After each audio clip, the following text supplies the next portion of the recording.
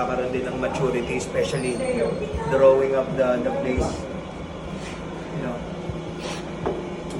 nandun yung sitwasyon na even though we're down, well, napapractice din namin yan. Lagi kami nag-i-ensayo na we're down, yung reaction namin, kung paano kami babalik.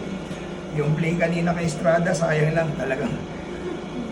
Ano parang deja vu kahapon kasi hindi pumasok, kaya kanina hindi rin pumasok. But you know, that's fine.